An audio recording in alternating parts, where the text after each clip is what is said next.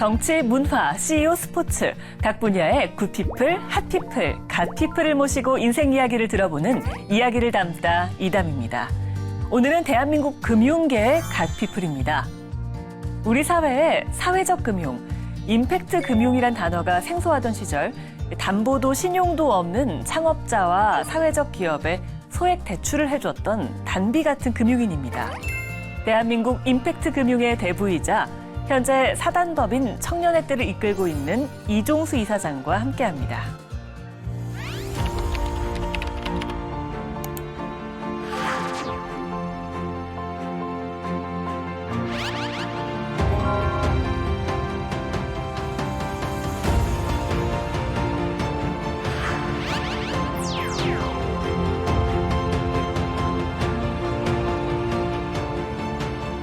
그때 상당히 좀 어려웠어요. 사회는 이렇게 공평하게 돌아가지 않는 걸까 막 이러면서 이 사회 문제 뭐 이런 거에 관심을 가지게 되고 네.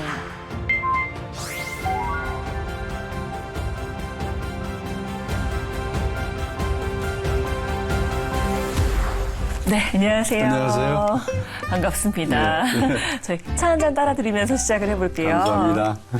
따뜻한 차 한 잔을 준비했습니다. 제가 이제 이사장님이라고 네, 맞습니다. 불러야겠죠. 그 전에는 임팩트 금융을 하셨잖아요. 네, IFK 임팩트 금융 대표직에서 물러나셔서 지금은 청년의 뜰 이사장으로 계시는 거잖아요. 네, 네. 근데 뭐 선뜻 이렇게 연결이 잘 안 되는 것 같아요. 이거는 청년 문제와 관련해서 뭔가 그걸 해결하는 곳이라고 들었고 임팩트 금융 이게 어떻게 연결이 좀 되는 건가요? 청년의 뜰에서 하고 있는 활동 중에 하나가 청년들을 위한 금융 경제, 교육 내지는 네. 청년 미래은행이라는 프로그램을 운영하고 있어서 네. 제가 과거에 했던 임팩트 금융과 이렇게 멀지 않습니다. 그야말로 이제 경제적인 부분을 도우면서 멘토링까지 해줘서 쭉 잘 살아갈 네, 네. 수 있도록 도와주는 프로그램이군요. 그러니까 돈이 목적은 아니고 네. 돈이 이제 전달되고 돈이 이제 매개가 돼서 그런 문제를 해결해주는 과정에서 네. 청년들과의 어떤 접점이 만들어지고 요새 청년들이 내가 좋은 얘기 해줄게 그러면 잘 안 오거든요. 왜냐하면 그렇죠. 요새 유튜브 같은 거 보면은 네. 훌륭한 분들 많잖아요. 맞습니다. 그러니까 옛날처럼 무슨 멘토링 해준다고 해서 이 선배들이 나 때는 말이야 이렇게 하는 거 별로 아니거든요. 네. 그래서 이제 그 청년들이 시급한 그런 어떤 재정이나 금융 문제에 같이 이제 의논하면서 중요한 거는 그 과정에서 이제 경험이 있는 네. 그런 메이트라고 우리는 불리우는데 이제 네. 그런 분들이 이제 같이 이제 1대1로 이렇게 같이 청년들의 고민을 상담하고 하는 그런 과정이 있습니다. 네. 메이트라고 이름을 붙인 거 보니까 가르쳐 준다는 개념보다 정말 함께 해주는 그렇죠. 개념인 네, 거네요. 친구죠, 메이트가. 네. 그리고 이사장님 제가 지금 얘기 듣기로는 강원도 원주로 이사를 가셨다고 들었는데 네, 이유가 맞습니다. 특별히 있다고 들었습니다. 제가 임팩트 금융을 할 때 이제 그 관심이 있었던 몇 가지 주제들이 있는데 네. 그게 이제 그 청년 문제, 그다음에 고령화, 또 지방소멸 네. 문제 이런 것들이에요. 근데 이게 사실은 서로 이렇게 그 분리가 돼 있지 않고 네. 연관이 돼 있거든요. 그렇죠. 그러니까 우리나라의 모든 것이 다 이제 서울로 이렇게 집중이 돼 있는데 이것이 야기시키는 문제가 굉장히 많잖아요. 네. 그런데 이제 제가 임팩트 금융을 이제 내려놓고 조금 더 이제 담론보다는 좀 더 실질적으로 한번 프로젝트를 한번 했으면 좋겠다라는 네. 그런 목적으로 이제 원주에 가서 건축을 하나 했습니다. 어떤 건축을 하셨나요? 이 모아 마당이라는 이름의 건축인데 네. 엄마와 아이들의 마당이에요. 그러니까 우리 엄마들이 사실은 육아를 하는데 여러 가지 애로사항들이 많고 네. 이 스트레스도 많이 받잖아요. 네. 그리고 아이들 입장에서 보면은 옛날에는 이 아이들을 마을이 키우거나 조부모 이렇게 같이 네. 키웠는데 요새는 부모들이 다 직장 나가고 하니까 이거를 이런 어린이집 또는 이렇게 굉장히 좀 양육하는 그 환경이 많이 달라졌어요. 그렇죠. 그래서 아이들이 이제 그 많은 좀 발달 과정에서 여러 가지 문제가 많이 발생해요. 네. 특별히 뭐 코로나 같은 거 한번 닥치면은 언어에 문제가 있는 아이들이 많이 나와요. 왜 마스크 쓰고 뭐 이렇게 네, 하니까. 대화도 많이 안 하게 되고요. 그래서 뭐 아이들이 언어라든가 아니면 성격이라든가 아니면은 뭐 어떤 태도 뭐 이런 것들에 대해서 약간의 뭐 장애는 아니고 네네. 약간의 문제가 있는 아이들이 있을 수 있는데 이제 이런 아이들이 좀 정상적으로 이렇게 그 치유가 될 수 있도록 네. 도와주는 그리고 엄마나 아빠들은 와서 좀 쉬어가는 힐링하는 그런 이 건축물을 이제 자연 속에서 이렇게 네. 만들었어요. 그 일종의 학교 같은 건가요? 아니요, 그냥 치유센터 뭐 그런 센터, 거죠. 네. 예, 그래서 이제 그런 거를 하면서 개인적으로는 이제 뭐 이 그 공동체, 그러니까 지역 공동체 네. 거기서 이제 이 농촌이 이제 요새 지역 소멸 뭐 이런 네네. 게 많으니까 그래서 젊은이들이 이렇게 모일 수 있는 그런 이 공간을 만들어서 네. 좀 한번 제가 그 관심 있었던 그 지방 소멸 뭐 그런 거대한 건 아니더라도 하여튼 이런 농촌 공동체 속에서 뭐 지역이 이제 그런 활동을 통해서 네네. 활발하게 좀 되어지는 그런 걸 한번 실험해 보자. 특히 이제 이사장님 모시고 또 꼭 얘기해야 되는 것 중에 하나가 임팩트 금융인 것 같아요. 네. 임팩트 금융이라는 게 좀 낯선 분들도 계실 것 같거든요. 일단 설명을 살짝만 좀 부탁드릴게요. 전통적으로 복지는 그냥 주는 거예요. 그러니까 그렇죠. 예를 들면 연탄을 날라준다, 네네. 아니면 기부를 해서 뭔가를 도와준다라는 건데 사실 사회적 재원은 한정이 돼 있지 않습니까? 근데 이 한정된 재원을 좀 지혜롭게 썼으면 좋겠다. 좀 그냥 주는 그런 복지도 필요하지만 네네. 이렇게 돈이 선순환되면서 이 사회 문제를 풀어 나가는 그래서 재원이 좀 더 이렇게 선순환되면서 사회 문제를 풀어 나가는 그런 방법을 쓰면 좋겠다 하는 네. 그런 이제 거를 우리가 사회 투자라고 그러는데 네. 이런 이 사회 문제를 해결하는 투자에 또는 그런 프로젝트에 재원을 공급하는 게 사회적 금융 네. 또는 최근에는 그걸 임팩트 금융이라고 네네. 합니다. 예를 들면은 제가 했던 프로젝트 중에 이제 하나가 소개를 드리면은 이 택시 협동조합이 있거든요. 네. 택시 협동조합은 택시 기사들이 이제 법인 택시를 운행을 하면은 네. 이 산악금을 내느라고 열심히 막 뛰고 하는데 네. 그 산악금 되느라고 다 하면 집에 가져가는 돈은 그리 별거 많지 않아요. 없죠. 네. 그런데 이제 일단의 어떤 그룹의 사람들이 그래서 이제 조금 더 협동조합을 만들자. 그래서 이제 그 출자금을 내야 되잖아요. 근데 어떤 사람들은 출자금이 없어요. 그래서 한 뭐 출자금이 한 2,500만 원. 제가 한 15년 전에 이 프로젝트를 했는데 네네. 그 2,500만 원 정도를 출자를 해야 되는데 그게 없어서 한 10억 정도를 이제 빌려주고 그게 이제 40명이 출자금을 이제 대고 네. 될 수 있도록 이렇게 하고 이제 이렇게 조합원이 되면은 이게 주식회사로 치면 주주거든요. 네. 그러니까 주주가 되면은 이게 내외자니까 네. 이제 산학금을 낼 필요도 없고 네. 더 열심히 일하고 더 친절하게 하고 또 집에 가져가는 돈은 더 많아지고 네. 뭐 이렇게 되니까 또 손님들한테 또 그 응대를 또 이렇게 친절하게 하고 되고, 예. 하니까 이게 여러모로 좋아지는 거예요. 네. 이 프로젝트가 15년 전에 제가 처음 시작을 했는데 이제는 택시 협동조합이 굉장히 많아졌어요. 어떤 분이 이 과일 가게를 하나 시작을 했어요. 근데 사업을 하다 망하시고 교통사고까지 입어가지고 몸도 불편하고 한 분이 이제 어려워져서 사회연대은행의 문을 이제 두들기게 되는데 어느 날 그분이 봉투를 하나 가지고 왔어요.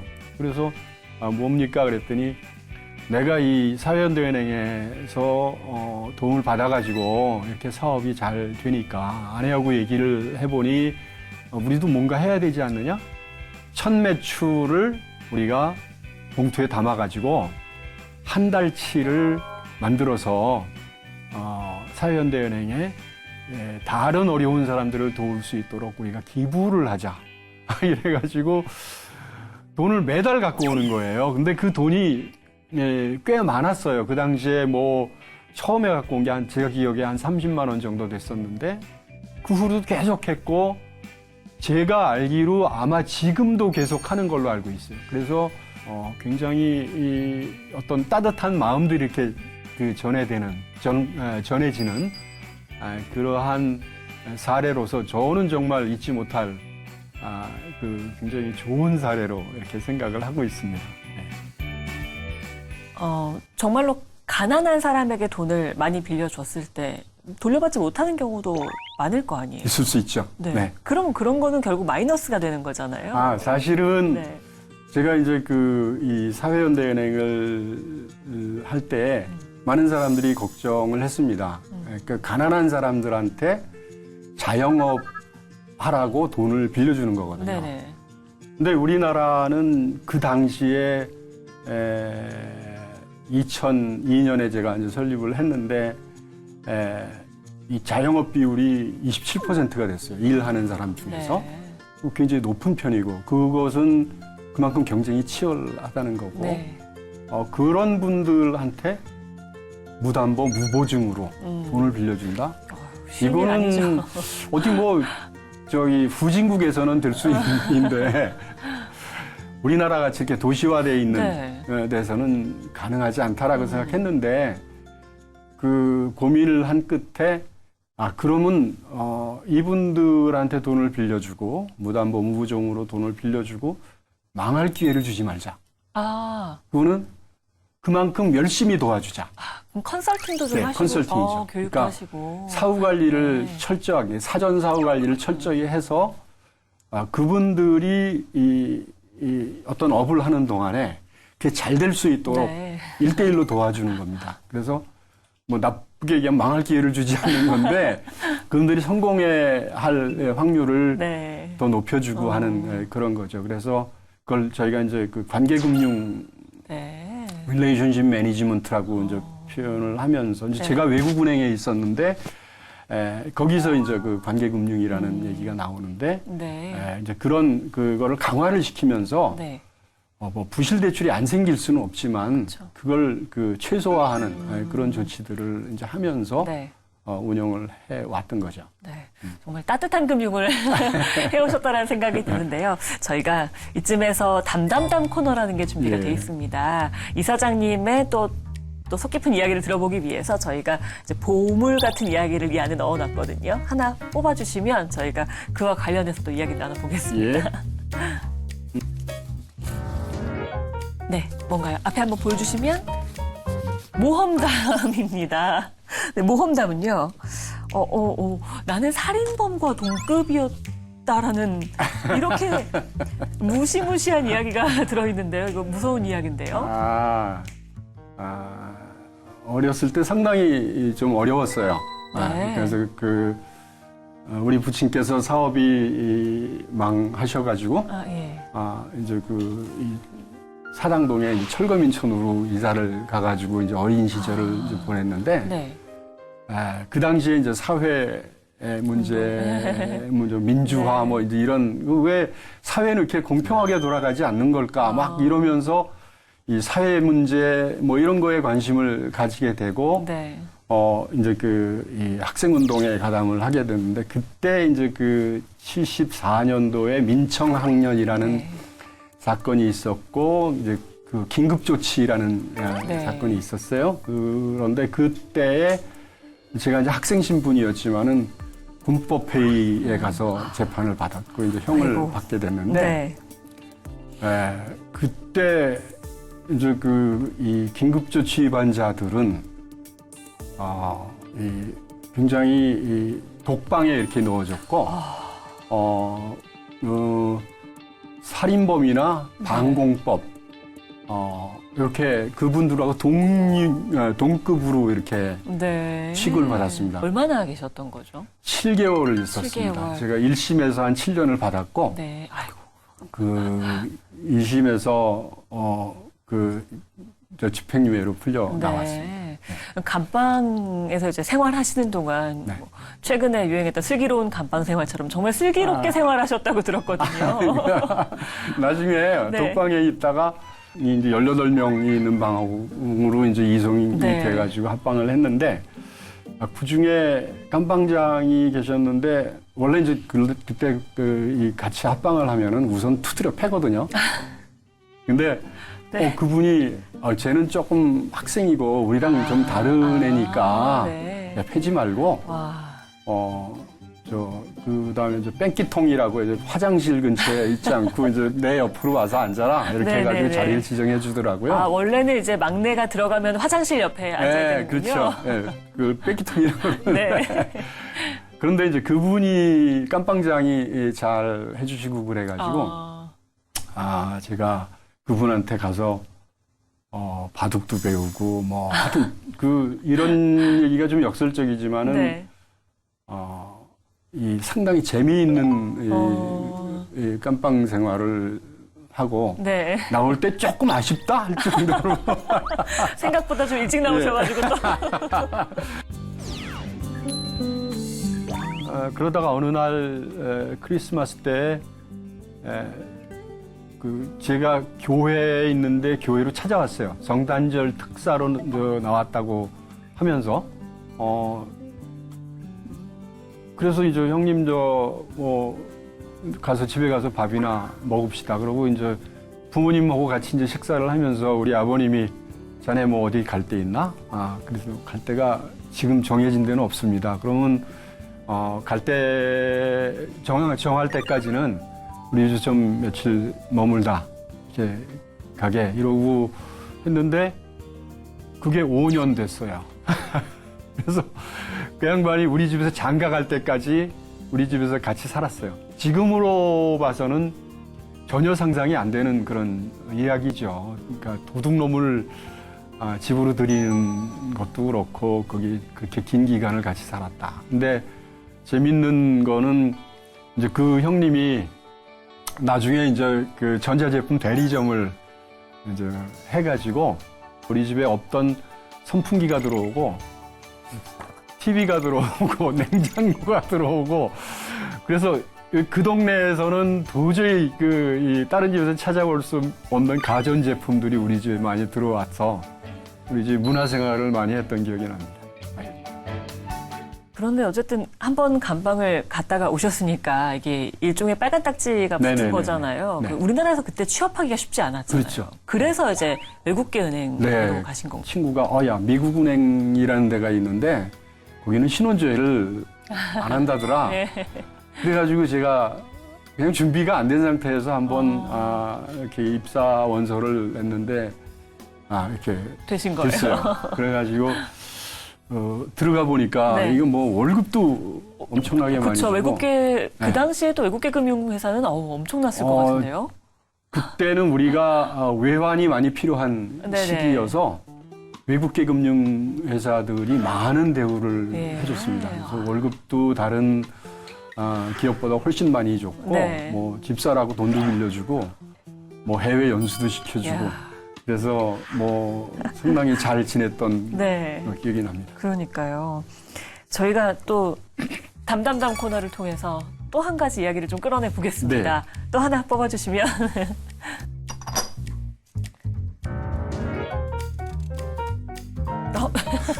농담을 한번 해볼까요? 농담이라기보다는 마치 농담 같은 얘기입니다. 네. IMF 외환 위기가 오히려 내게는 기회였다. 기회가 됐다고요?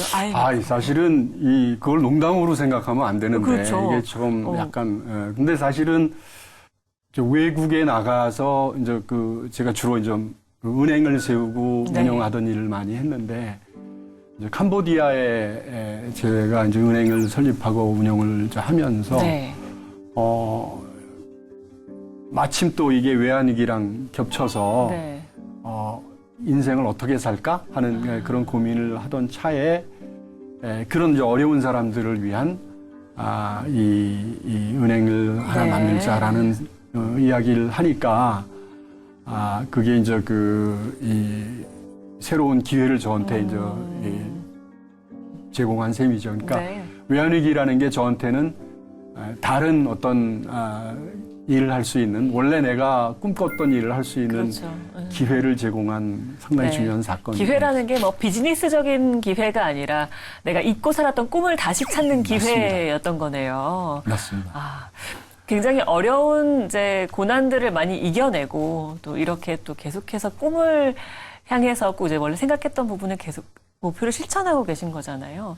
요즘 살기 힘들어하는 우리 청년들, 또 청년회들 이사장이시기도 하니까 청년들에게 어떻게 힘이 되는 한마디를 또 해주신다면 어떤 게 있을까요? 선배로서 네. 정말 청년들한테 미안해요. 그러니까 우리들은 하다못해 깜빵을 다녀온 나도 취직을 잘 해가지고 이렇게 지내는데 청년들이 너무 기회가 네. 적은 것 같아요. 그래서 선배로서 우선 미안하고, 하지만 이 중요한 거는 우리가 꿈을 잃지 말아야 된다라는 이야기를 하고 싶어요. 사실은 꿈은 가장 큰 에너지거든요. 꿈이 있는 거와 꿈이 없는 거는 살아가는 방식에 의해서 상당히 많은 차이가 있습니다. 네. 그래서 청년들이 좀 어렵더라도 이 꿈을 좀 잃지 말고 살았으면 좋겠고, 우리 사회가 그런 청년들한테 네. 좀 더 많은 기회를 좀 줬으면 좋겠다라는 생각이 듭니다.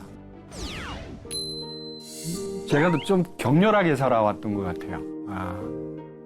좀 천천히 살면서 좀 자유롭게 이렇게, 그러니까 자유인처럼 이렇게 살고 싶거든요.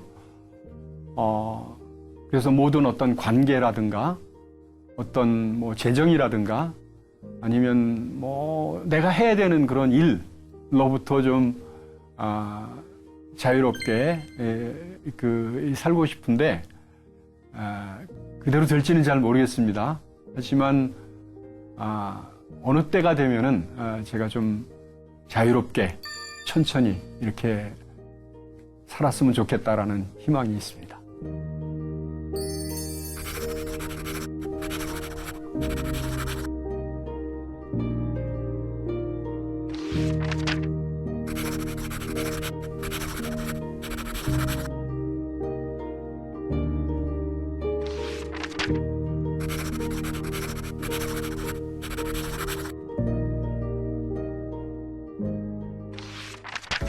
뭐 이렇게 어렵게 살아오셨으니까 청년들에게 한마디 이렇게 부탁드렸을 때, 나도 어렵게 살았는데 어려워하지 말고 열심히 살아라 할 줄 알았는데 미안하다라는 말을 먼저 하시는 걸 보니까 정말 따뜻한 분이시라는 생각이 들었습니다. 아유, 오늘 말씀 감사합니다. 네, 정말 그 희망이라는 강렬한 에너지로 살아가고 계신 분입니다. 임팩트 금융의 대부 이종수 청년의 뜰 이사장의 이야기를 담아봤습니다. 저희는 이 다음에 만나요.